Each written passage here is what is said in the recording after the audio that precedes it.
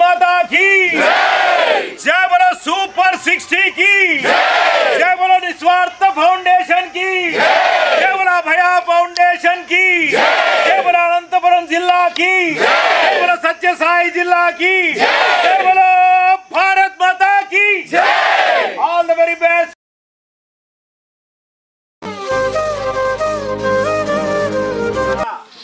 సుమారు 8.5 ఎకరాలలో విస్తరించినటువంటి ఒకటే మర్రి చెట్టు అంతా కూడా.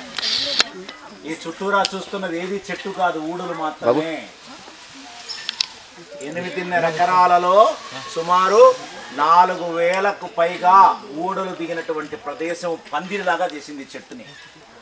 ఇది సుమారు 700 ఏళ్ల చరిత్ర కలిగినటువంటి అద్భుతమైన ప్రదేశం. గిన్నీస్ బుక్ రికార్డులో ఎక్కినటువంటి ప్రదేశం. మన అనంతపురం ఉమ్మడి జిల్లాకి తలమానికమైనటువంటి క్షేత్రం ఎవ్వడికి తెలియదు. ప్రపంచంలో అతిపెద్ద 7 మర్రి వృక్షాలలో ఇది ఒక్కటిగా నిలిచింది. 700 ఏళ్ల నుంచి అలాగ బతికుంది. అర్థమైందా? వృక్షో రక్షిత రక్షిత అన్నటువంటి దానికి నిలువెత్తు నిదర్శనము ఈ Thimmamma Marrimanu. Look at this. కనుచూప మేరలో ఎక్కడైనా మీకు చెట్టు కనిపిస్తుంది చూడండి, మర్రి చెట్టు, మర్రి ఊడలు.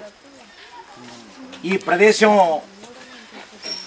పరిరక్షించాలి అనేటువంటి దాంతో చాలామంది స్థానికులు దీనికి చాలా పోరాటాలు చేసి దీనికి అంతా ఇష్టం వచ్చినట్టు దాన్ని ఊడల మీద ఎక్కి తొక్కి నాశనం చేశారు అందరూ.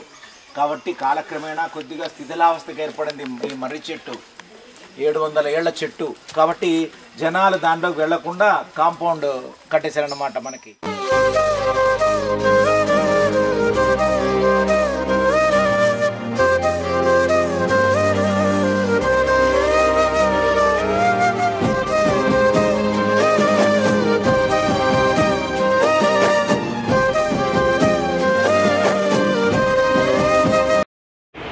ధాత్రి అంటే శిఖరము అని అర్థం.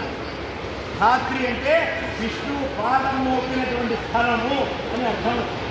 అలాగే నది కొండ ఉన్నది. ఇక్కడ 2 దేవాలయాలు ఉన్నాయి.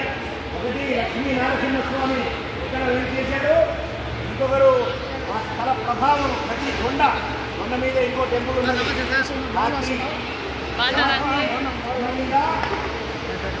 స్వామివారు చంద్ర వృక్షంలో ఉద్భవించాడు.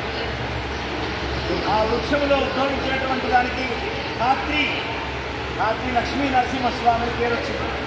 అలాగే ఆ కొండ పక్కన కాతమరేడు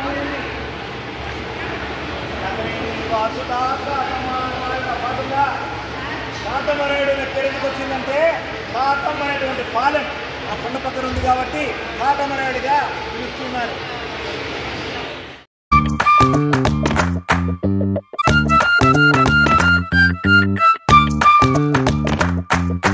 గుర్తులేవి లేని నాడు బ్రతికినట్టు గుర్తురాదే తీయనైనా జ్ఞాపకాల గుండెలోన అచ్చయేవి సావాసాలే.